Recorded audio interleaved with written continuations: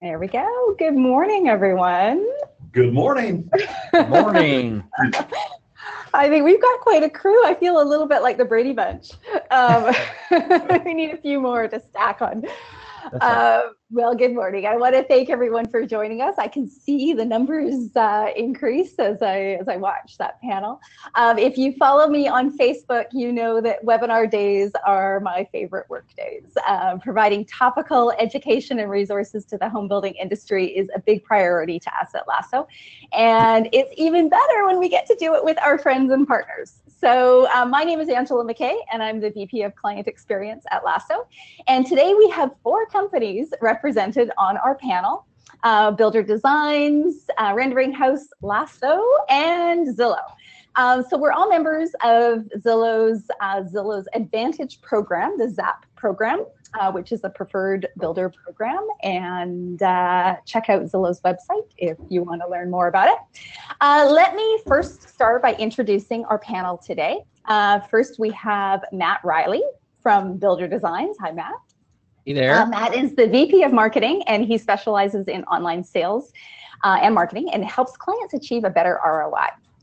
Next, we have Jake Sheriff from Zillow, and Jake, this is a mouthful. He's the Senior Director of Builder Regional Sales for New Construction. I think I got that right. And has been with Zillow for almost 10 years.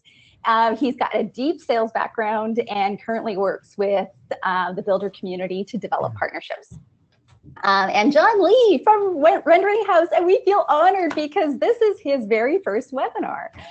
John is the CEO and founder of Rendering House, which develops renderings, virtual tours, and design. And they design apps for builders. John's got a real estate background, and in fact, he has a North Carolina real estate license. A little tidbit.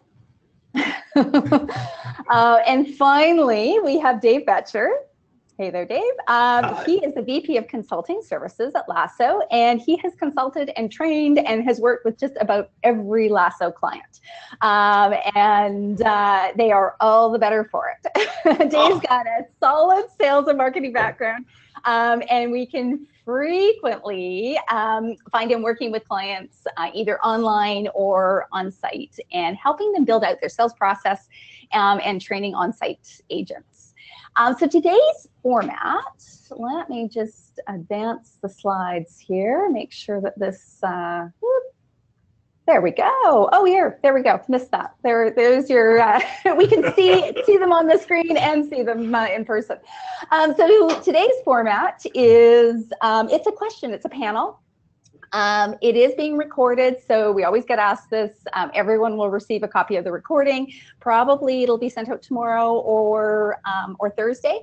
And everyone is muted, so please type in your questions in the GoToWebinar panel on the right-hand side of your screen. If you have any questions, then you want to reach out to the panelists directly. Their emails are at the end of the presentation, so please do. We encourage you to do that and ask questions. In fact, go in there right now and tell me where you're located. Tell me if you've recovered from that turkey dinner last week, and what your plans are this week. So feel free to ask a question. So let's start by giving you a quick definition of what the term technology stack means, because I think it's probably new to some people. Whether you're talking sales or marketing, it's generally referring to apps and web-based tools, and it's the group of applications that you're using. The primary purpose is really to drive efficiency and productivity. The goal is to build a series of tools that actually help salespeople close deals, not just add another reporting layer for management. We want software that allows sales professionals to really be the best version of themselves. And when we look at a blueprint for technology, which you all should have really as a plan, and what sales needs, we look at the type of interactions with prospects. So the email, voice, chat, internet, all of the different ways that we can communicate.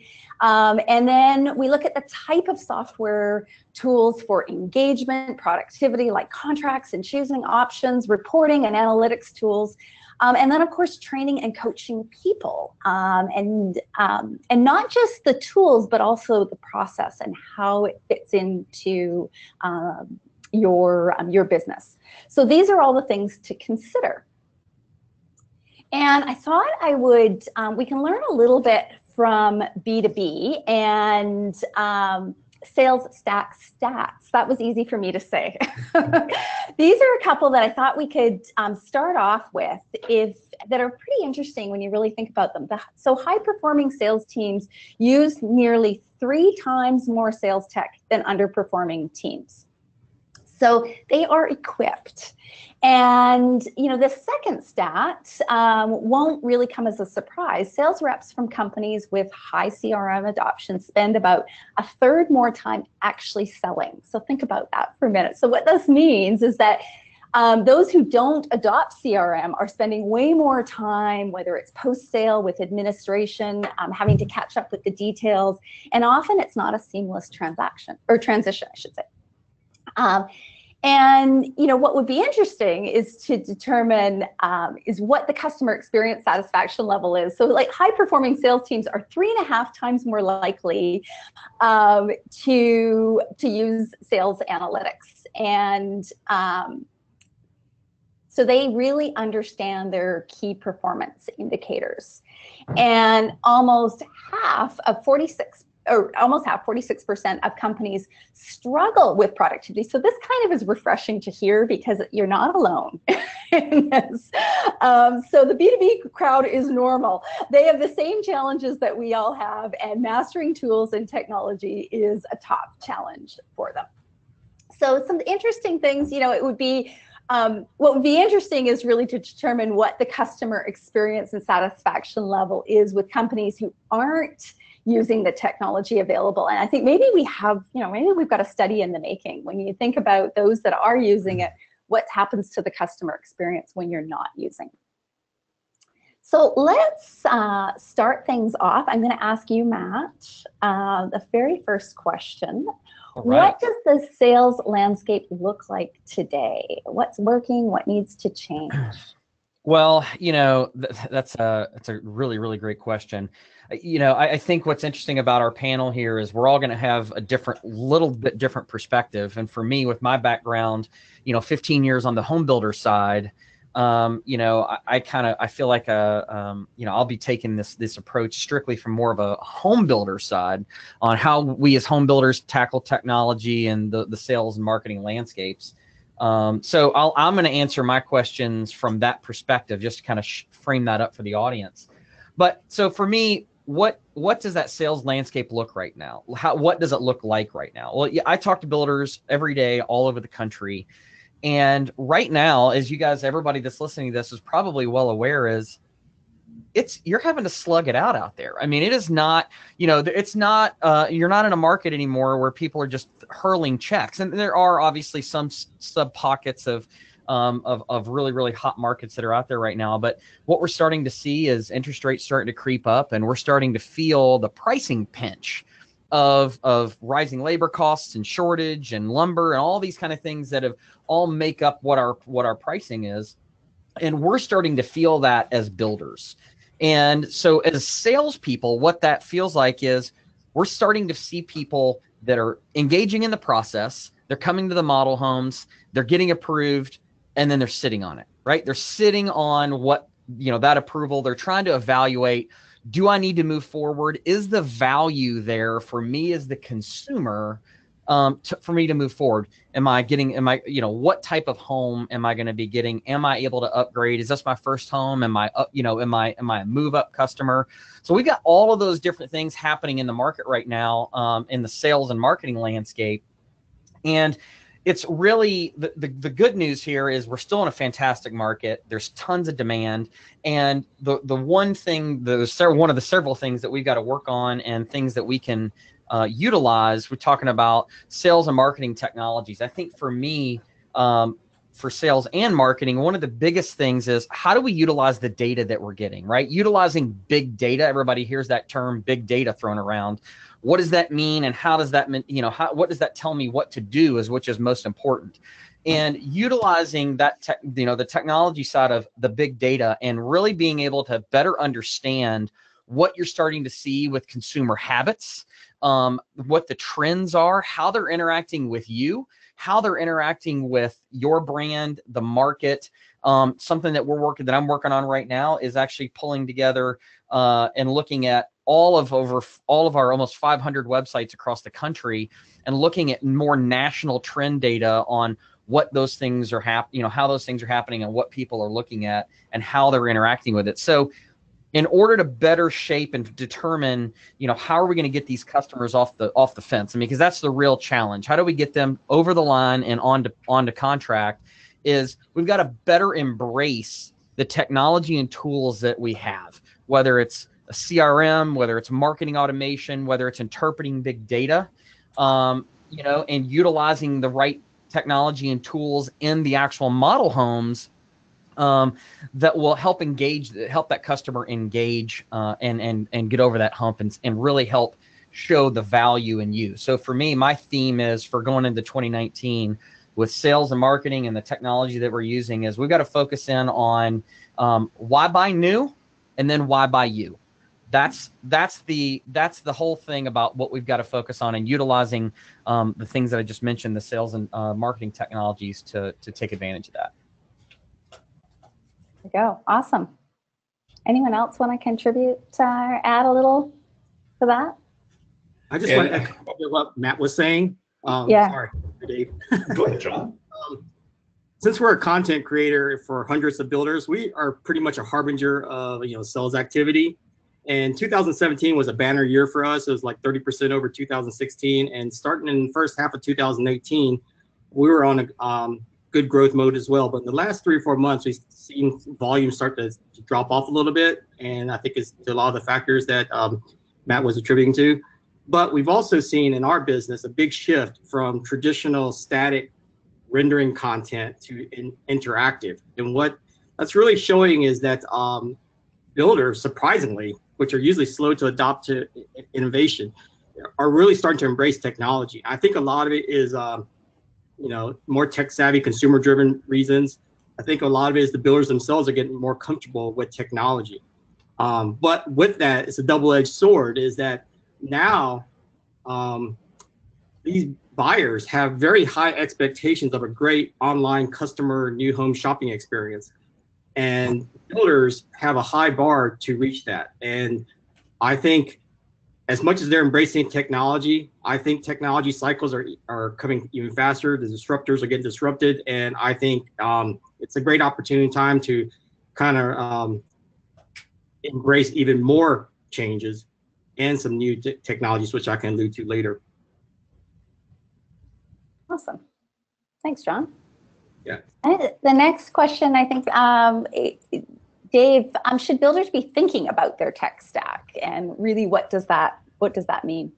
Well, we've always had different components of our business. So we've always had our website, we've always had our CRM tools, we've always had our builder construction tools. But I guess if you look at all of the different elements which make up, even when you're thinking about your marketing tools and your marketing automation tools and your sales automation tools, your CRM, then your back-end contract management tools, construction management tools, it really all has to fit together into one very seamless component. And it's always been very disjointed. And there's always been key elements which have always been kind of deemed the most important. And certainly a CRM component is critical. Your website is critical. But having interaction and connection between all the different elements which make up your business model is crucial. Now, that being said, and that's a very fine premise to kind of talk about, but without having our sales teams on board with what our marketing platforms are, without having our construction on board with what our CRM platforms are. So what I'm seeing is that there is a lot of, everybody's kind of just focused on what their business is. So if I'm a salesperson, I'm strictly focused in on what is my CRM tool, or and I don't really see what the marketing is essentially doing, or what social media is doing. So I think we really have to start to consider that every one of our tech stack elements is joined together, but at the same time, that there is learning and training included, so everybody is kind of understanding where they fit in the bigger picture. And I think that's kind of a good place to start. You know, Matt, you just attended a conference, I think a couple of weeks ago in New York. Do you want to speak to that a little bit about the importance of just thinking outside the industry?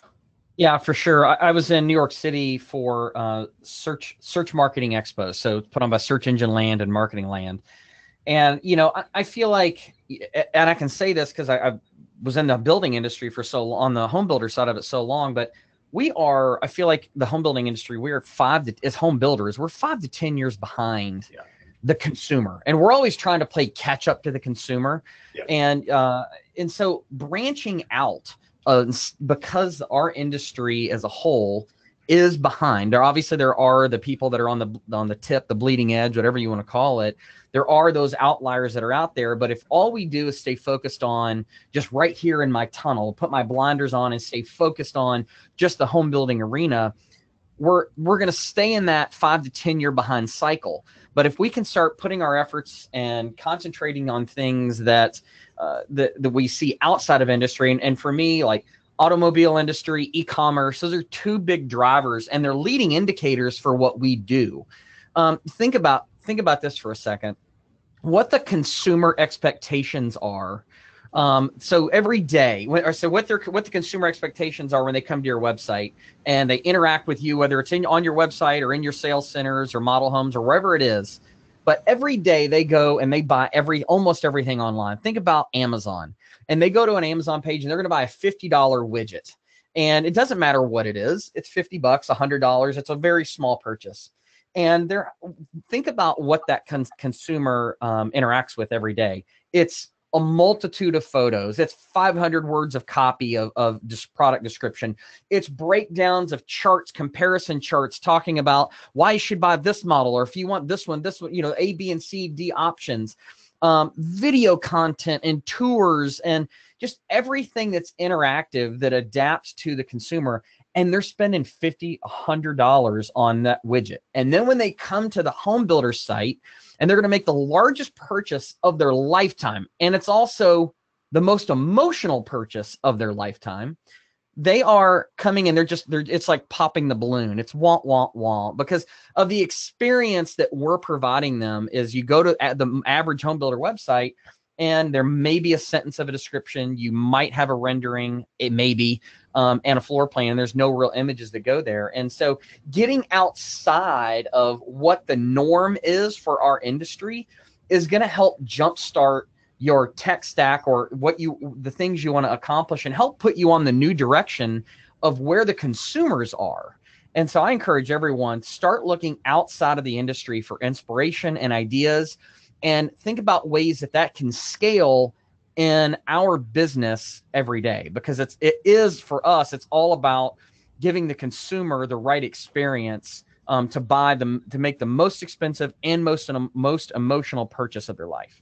Well, and Matt, to your point, I think it's important to invest now, because who are our competitors, right? Like, who are we competing against in the marketplace, right? The traditional home sale, the used homes, as we'll kind of call it sometimes on Zillow, and brokers and agents have, they're and sometimes, and we see it all the time on Zillow, like light years ahead of a lot of builders out there around content and the tools out there to engage and connect, and they're really trained to provide what we call this like 6-star experience out there. So there's a lot kind of at risk for not adopting a lot of this, kind of resisting change, but there's a huge upside, and the upside is going to be, it's the amount of people that look at new construction that we find on Zillow, which is over like 30%, between like 30 and 35%.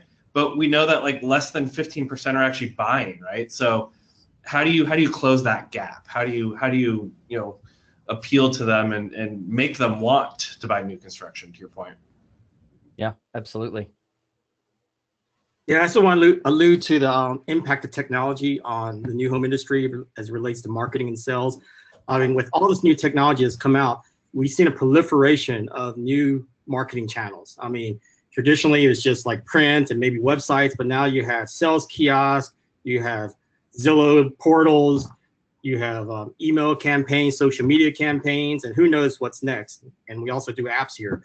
And this explosion of marketing channels is on one side, but on the other side, you're seeing a convergence of traditional disparate sales and marketing functions. As Matt was alluding to with Amazon, you see on Amazon as an example, and even like other platforms like Uber, the marketing and the sales platform are almost one and the same. I mean, you are introduced to the product and you consummate the sale there. And I think that's really going to change with the opportunities in the cloud and APIs, which are application programming interfaces, if you don't want to get too jargony, which probably links our local systems, our CRMs, and our apps onto one common cloud database, where instead of the traditional way of using marketing to drive consumers, buyers, to a limited marketing channel, say like a website or your sales center, I think with this technology now, we should be moving the sales stack, the CRM, the sales funnel to where the buyer's at, whatever marketing channels they're at. We shouldn't wait to drive them to us. We should be able to meet them where they're at and start the sales process at that point. And technology. Agreed. Agreed. Yeah, it's a very good point, John. Yeah. See where the buyer is. Yep. So Jake, how has technology impacted business over the last 5 years, and what about the next 5 years? That's a good lead on to what you've just said. John. So speaking like internally for Zillow, I mean, at Zillow externally, we're always trying to create products to engage the consumer, to make them see new construction. We're continuing to innovate to try to shed as much light on the industry as a whole as possible. But internally, everything for us, and from my time on kind of the agent side of things to the builder side, like everything for us starts with a CRM and just the organization around it and data and what we can pull from it. So, you know, in new construction, we have, I guess, a relatively smaller sales team considered kind of inside Zillow compared to like the hundreds and hundreds of people we might have on the agent side of things. But we pull a lot of data from Salesforce. So we can tell, you know, which salespeople are converting the highest, which ones are, you know, how are people converting in different territories, so we can align really the right people in the right territory to provide the best service to the prospects or clients that we currently work with or that we want to work with. And that is for us like a big practice what you preach, because we're all preaching how important a CRM is. So we definitely want to make sure that we're using it internally. Future-wise, this is somewhere where, you know, we always try to dip our toe in the water and do something a little bit different. But I personally, and I think there's some others within new construction, kind of see the evolution of like chatbots, right? Where, you know, not everyone wants to engage over the telephone. People want to engage in different ways. And we want to make sure to make it as super comfortable and convenient as possible if somebody does want to reach out to us. So maybe a chat feature, right, on a website or on our website. But, you know, that takes manpower to man that. And so, you know, there's actually companies out there like Drift or Conversica, and I know there's probably hundreds of others, that you don't even know that you're talking to, you know, kind of a robot on the other side. And for us, if that helps like pre-qualify just by asking some basic questions and having a real simple conversation, that saves a lot of time for our salespeople to spend the resources on other things. And then we invest a lot of money, especially on the builder side, traveling, right? I know that all of us travel a lot, but meeting our clients, top clients, you know, middle-sized clients. And, you know, internally at Zillow, we've invested in, you know, Matt can attest to this, you know, ways that we can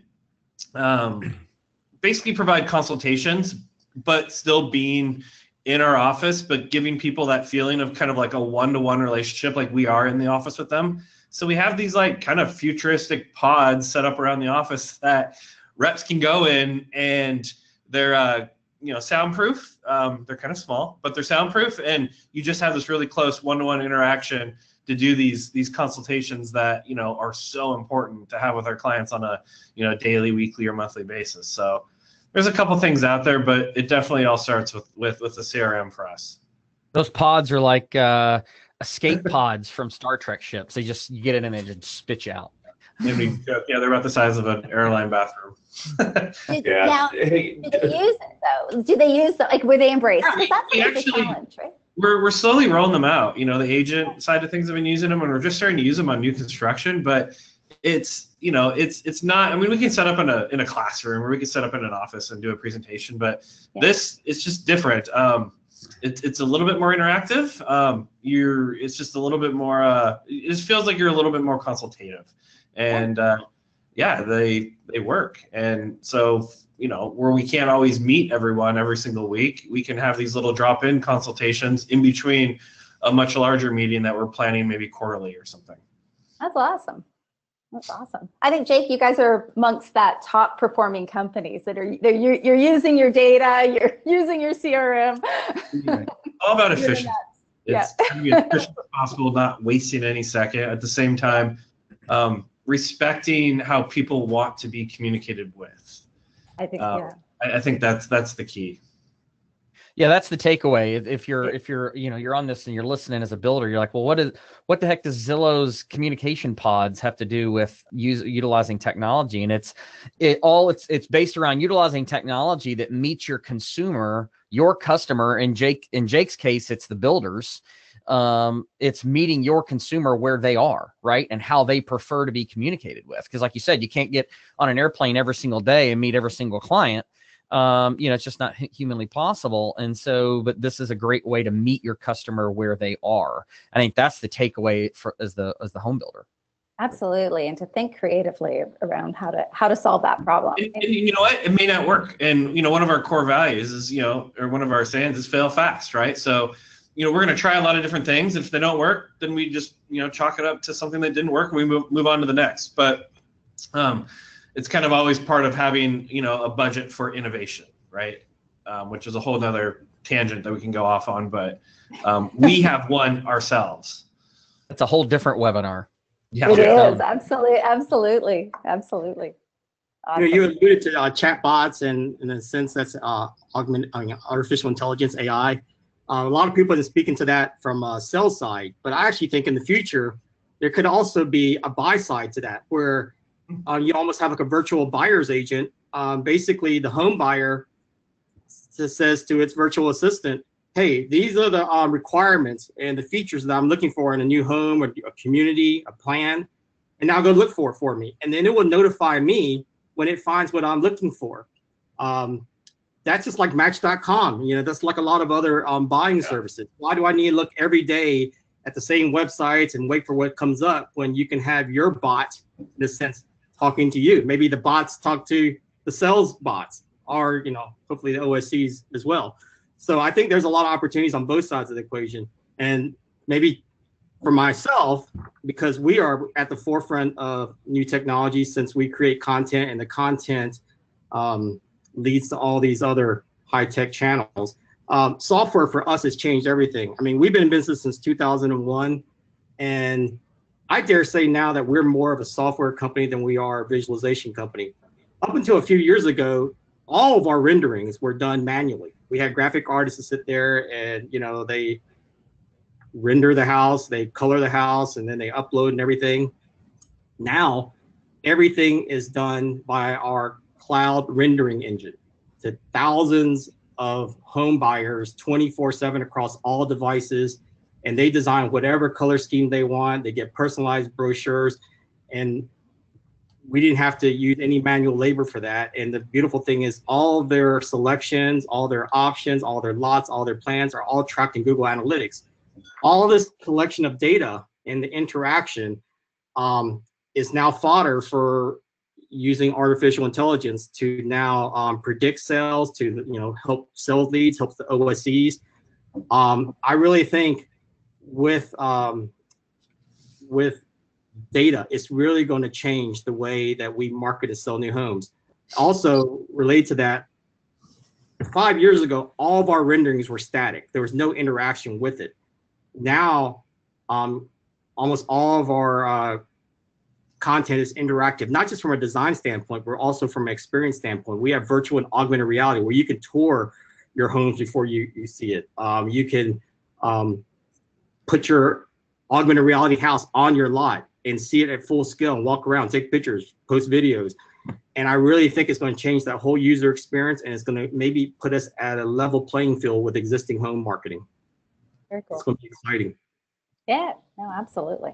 Thanks for that. So, you know, this quote is from Michael Martin-Hammer, who he is the founder of and coined the term business process reengineering in the early 90s, maybe late 80s. If you automate a mess, you get an automated mess. I think it's still relevant today. So Dave, how do you feel automation will change the sales process, and what should and shouldn't be automated? I think we've touched a little bit on that. Yeah, we kind of circled around it, and in our world, in Lasso's world, we kind of deal with all different types of new construction. So we deal with a lot of vertical property, we deal with a lot of condo sales, mostly in Canada right now. In the US, we deal with a lot of single family, a lot of master plan communities. And in each of these, they really have a different approach to how they, number one, generate leads, but at the same time, how they interact with their prospects. What hasn't happened so much in Canada has been the adoption of an online sales counselor type of approach. So in a lot of high-rise condos, the lead flow that is coming in is literally in the thousands. And in Toronto, Ottawa, Montreal, Vancouver, you're seeing condo developments that have literally thousands of registrants for less than 100 homes for sale. So you're kind of in a catch-22 where you haven't adopted an online sales counselor type of approach. This is kind of across the board in Canada, and then there certainly are instances where an OSC has been adopted, but primarily in a condo environment, OSC is not predominant. So you're dealing with thousands of leads.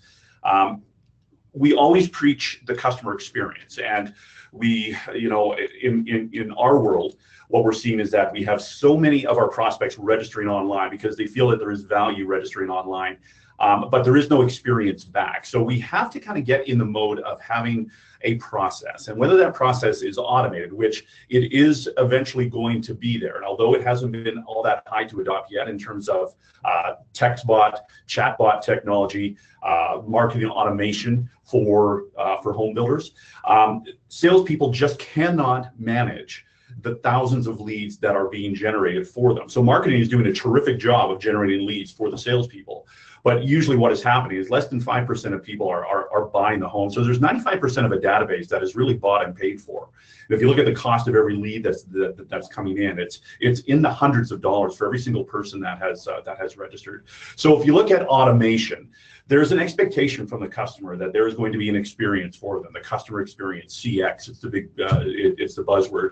But that is such a letdown on so many instances because there isn't any type of interaction happening, because in many cases, the sheer volume of leads are just not practical for the salespeople.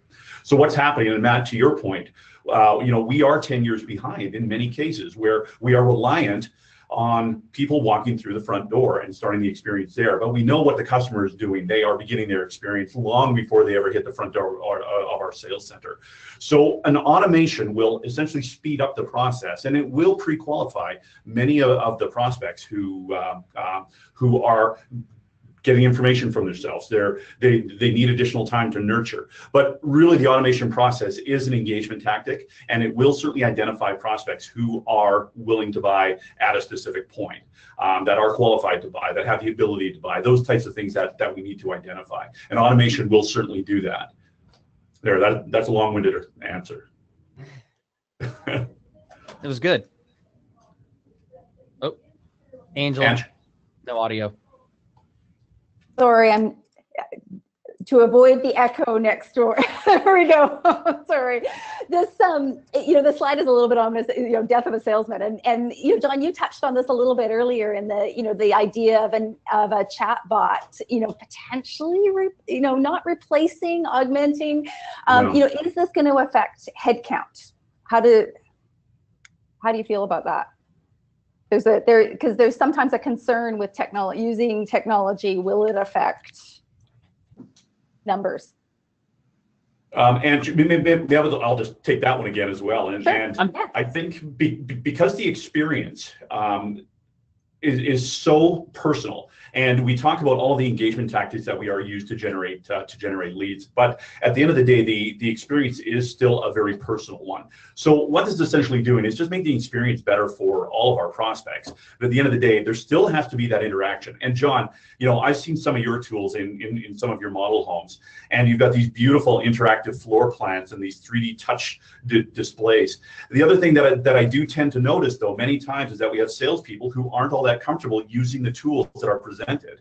So that's one of the things, is that bringing the customer experience along and engaging our salespeople so they are the experts in using technology, and not being reliant on salespeople to understand their CRM, understand email marketing, understand these beautiful 3D interactive screens that we have in our sales center, providing the training and the knowledge so the experience is very crisp and everybody's kind of on that same platform. Awesome. Yeah, I think the question for us about AI and robots take our jobs is not really about are they taking human jobs, it's why are humans doing robots jobs? I mean, really, we should be using technology to make our jobs easier, reduce clerical work, the low value added tasks, filter out customers, improve the customer experience, know the customers before they may even know themselves. And I think using technology, the cloud, and the cumulative effect of all of these channels stored in one repository and disseminated in a very automated way, and informing the OSCs, I think it will make a much better customer experience, which will lead to more sales, which will actually generate more jobs. Use technology to our benefit. It's not actually going to be to our detriment if you use it correctly. Perfect. Awesome.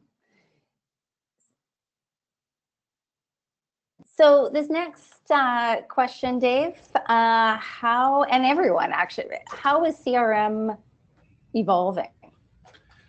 Yeah, I'll take his first. Yeah, I'll take a first stab at this, but certainly let's all talk about this because Jake, you're using Salesforce. There's a lot of different CRM tools in the market, and the one thing that we always have to understand, and I preached this a couple of times already, is really just adapting to our customer and what their expectation is. So when you talk about an evolution of a CRM, there's a lot of different tracking mechanisms that we can start to understand our customer, whether it's digital analytics, it's email analytics, it's website analytics, all these different things that our CRM can tell us now. But it's also really identifying a process and an opportunity for our salespeople, and identifying the key opportunities and looking at some of the engagement. And there have been tools around for years that have been able to identify a higher quality lead than not. But it's really, it would be naive of us to think that salespeople will do anything different if they are not, if they can't see the value in doing it. And I think we are many times behind the times with our technology because we've always done things the way we've always done them. And there does have to be an evolution. We have to really incorporate the CRM. It is not an option anymore. Leads are far too expensive for our salespeople to be optionally using a CRM or not. And I cannot iterate this enough, that I'm still seeing clients out there where it is optional. So when we see an evolution, I think there's always going to be additional analytic tools available to understand our buyers, and really looking at the digital engagement that people are having with us in many of the different platforms, looking at the different attribution points that people have. And when I say attribution, that's kind of another buzzword coming up in 2019, is not just looking at a single point of attribution, but really looking at the entire engagement level. They went to Zillow initially. From the Zillow website, they clicked on the builder's website. They registered on the builder's website, but their initial engagement was from Zillow. They've opened up 3 emails. They've been back to our website twice. Those are the different attribution points that we really have to understand, and really understand the customer journey. And I think a CRM will definitely need to understand what those attribution points are. It isn't just that single point of attribution anymore that said, how did you hear about us? Site signage. That is not good enough anymore. Because of the sheer cost of every lead that we have, we really need to understand that entire customer journey. But then post-purchase, we also need to really start to utilize the CRM. So it is a tool throughout the complete buyer's journey, not just as our salespeople are selling and then tossing it over the fence. Okay, that's That's my insight. Well, and I'll add on to that. One thing that we're investing heavily in, and I think it's something everyone should be concerned with, is and you think about is the customer experience, right? To hammer that point, and we're rolling out a CSAT program that's basically it's how is the consumer experience with the builder from in their whole experience, right? From the first house they see on Zillow to the multiple website visits to purchasing a home to the closing of the home to actually getting like your keys, and that's something that we can roll into our CRM, and we can roll into dashboards and everything else, so you get builders and everyone focused on the customer side of things. Agreed. Yep, absolutely. Let me just move. Okay, so we've come back from Thanksgiving and we're rolling right into that season of the holiday season. So how can we use sales technology to beat seasonality? Jake or Matt? Matt, do you want to start that one? Yeah, sure. I'd be happy to. I think that it circles back around to a couple core functions. We have to go meet our customer where they are. If we don't go meet them where they are, we're only then going to be engaging with them in the traditional seasonal times of home buying, right? So, springtime and early summer. And if we don't go meet our prospects, our customers where they are, then we might as well just chalk up and go, you could come up with a single day of the month.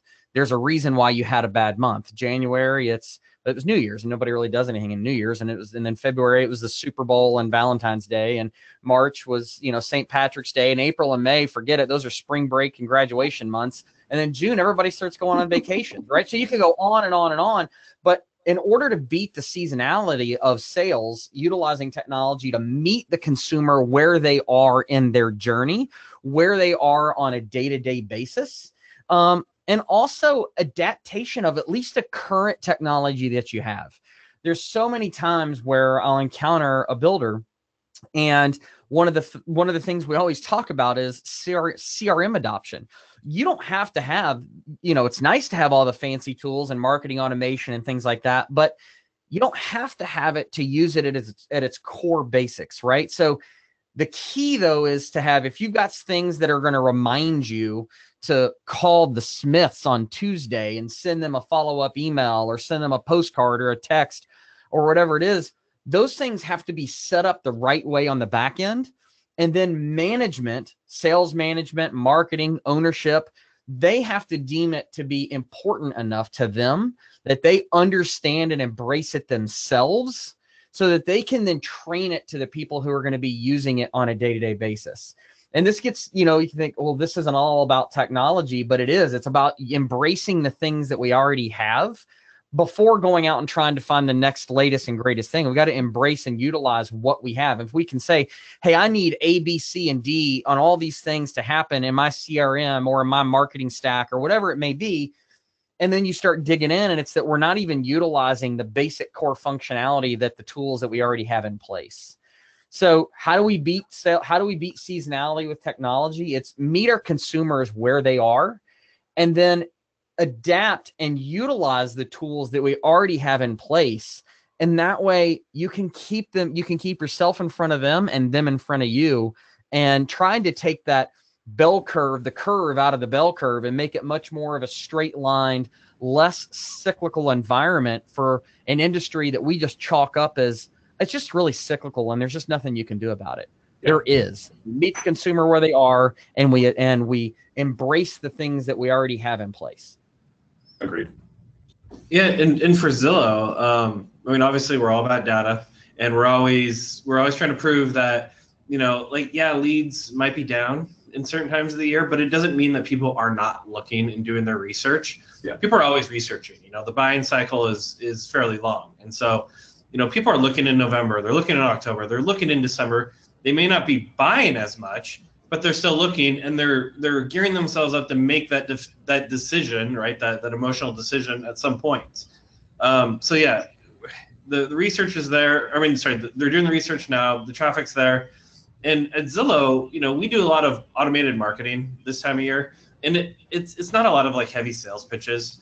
what we're just trying to do, to Matt's point, is just keep the customers engaged, right? Give them tools that they otherwise, might not be getting from us in other times of the year when maybe the focus is on something a little bit different. But we can use this time to leverage different messages that, we feel that is just as important to leverage in, let's say Q4 as it might be in Q2 when the buying season is at its peak. So, internally we do leverage a lot of, mass emails or using kind of an outreach type service to engage the client. But we do that because the traffic's there. People are looking. Zillow's traffic doesn't dip as much in Q4 as people might think, and it's because people are still looking. For me, honestly, one of the tools that I like to look at as a predictor is if we're looking, if somebody's telling me, or even as a builder, if I were looking at my walk-in traffic was down or my sales were low for the month, I would always go back and look at my website traffic and look at my analytics to see, do I see a dip in traffic? Because if I see a dip in traffic, that means interest level has dropped. But if I can see that, all right, my sales activity is a little lower and, my leads are a little lower at the time, my walk-in traffic and online leads are a little lower, but my traffic is up or even with the, year over year or even the previous past couple months, to me, that tells me that my interest level is still there. And then I've got to do a better job of getting those buyers to engage. And sometimes you have to do different things through different seasons of the year. But understanding where your tools are to determine what's happening and not just go into freak out mode because you missed sales goal by 5 for the month, but having an understanding of maybe why and that the demand is still there. It's just there's something that we're not doing. And sometimes just that small little tweak can open the pipeline back up.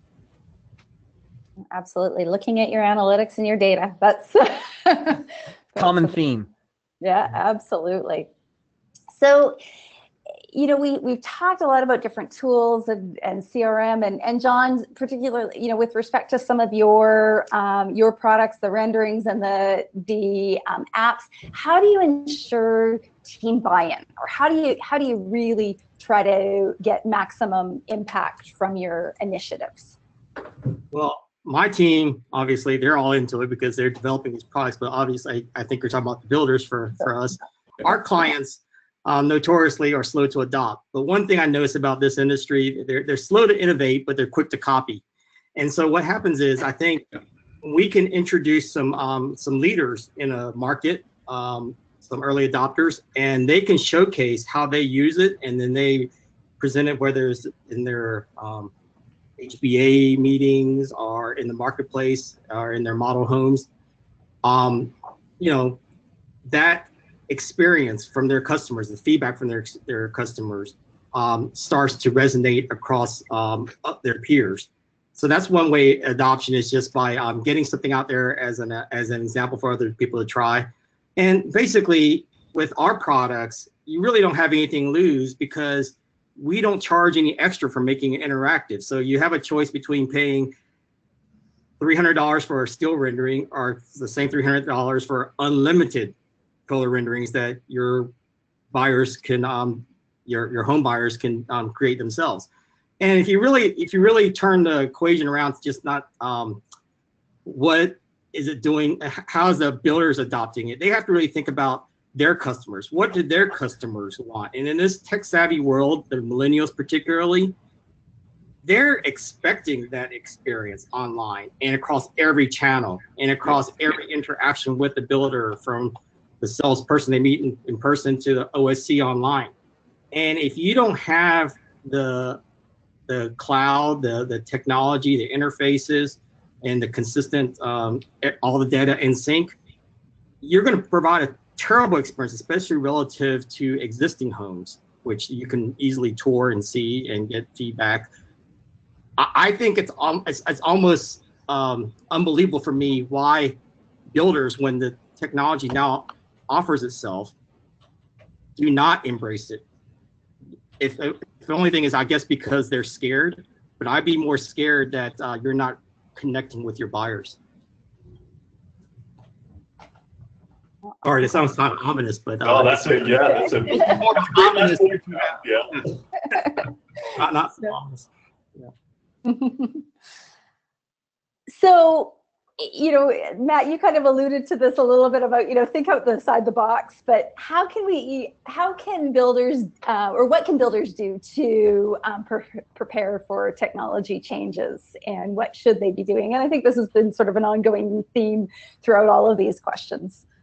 Yeah, I think obviously it's embrace change for one. As a leadership group, embrace the change and not get stuck in this is the way we do it because this is just the way that we do it.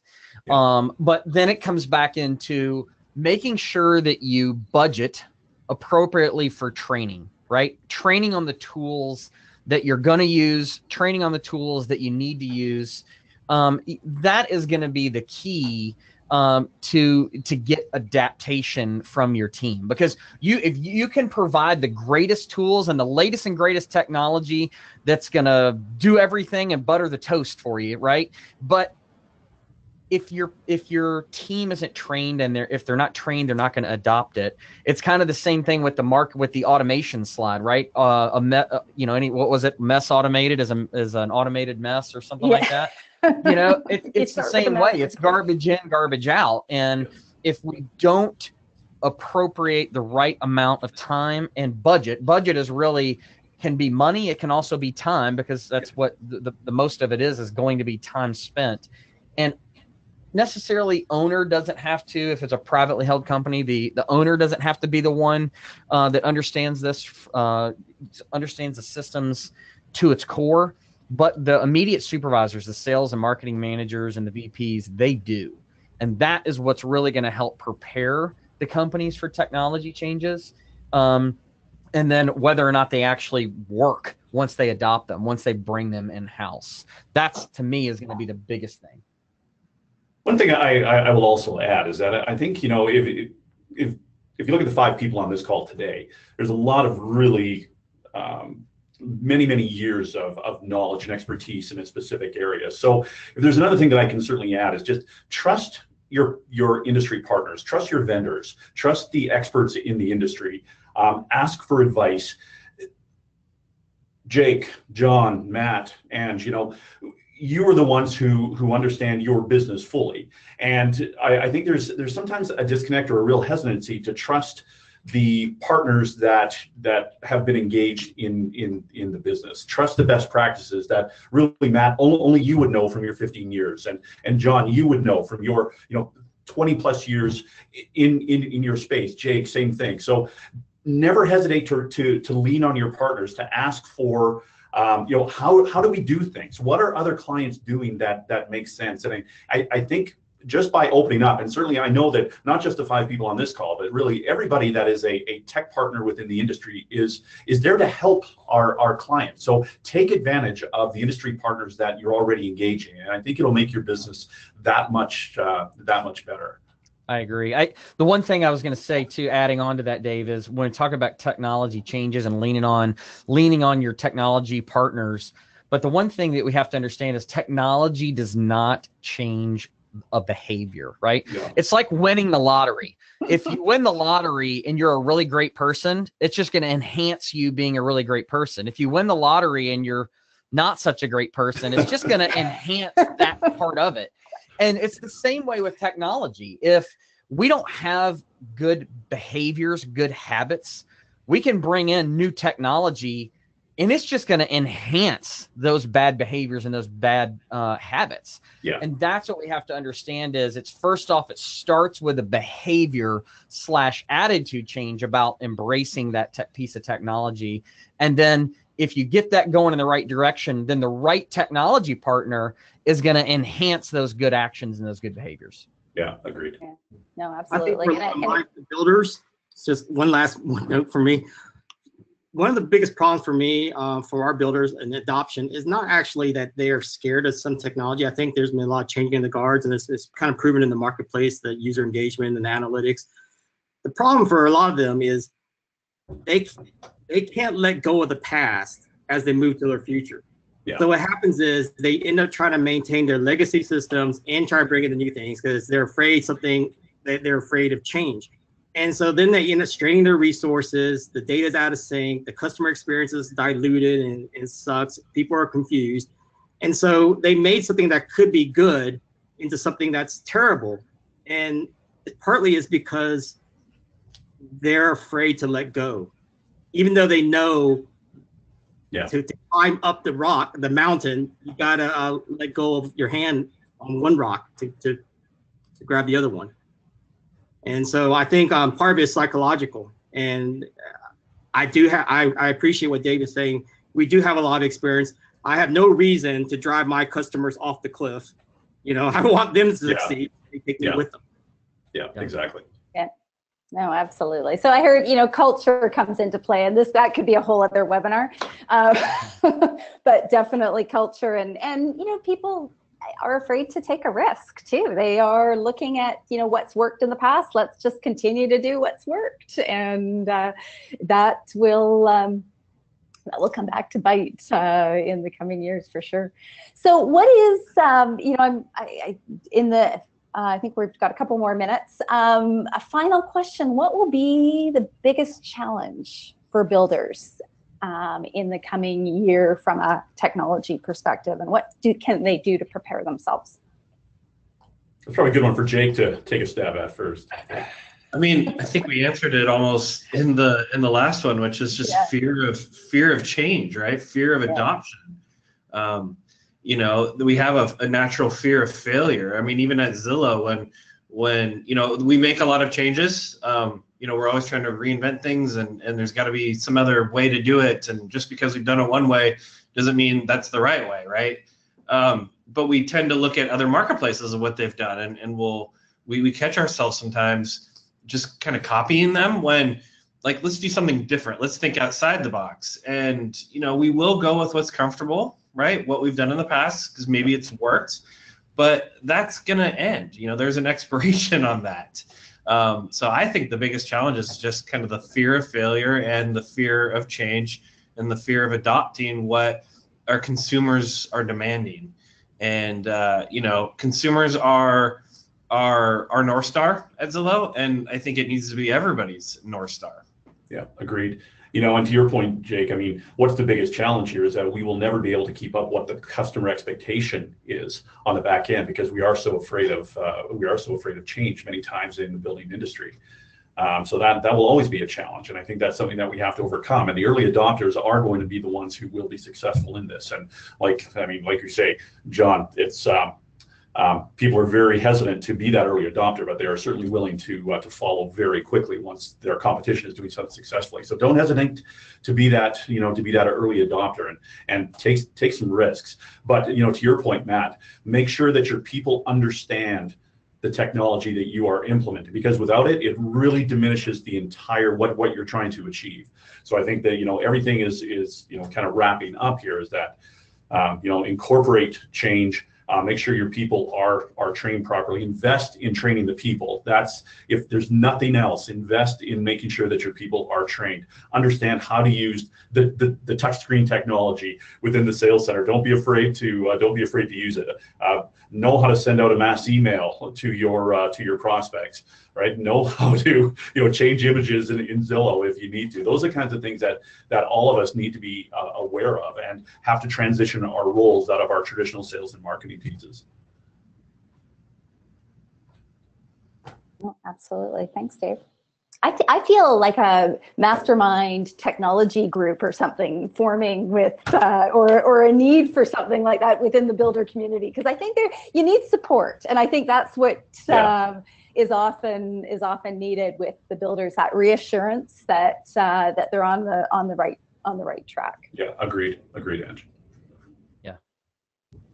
So on that note, I think there are a few questions in here, and I think, but in the interest of time, I'm going to suggest that we do a list. Keep on asking them, but we're going to create a list of all of the questions, and we will answer them personally and provide probably a blog post with a summary of everything.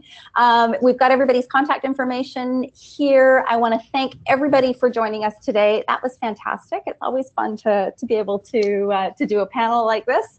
And I think if we can walk away with a couple of things, meet the customer where they are. That's the big, whether it's online, whether it's in the model home, and utilize the technology that we've got. for sure. So thank you everyone for joining us. Thank you guys for being on the panel, and hope everyone has a great rest of your day. Thanks so much. Thanks. Enjoy. Thanks so much. Bye.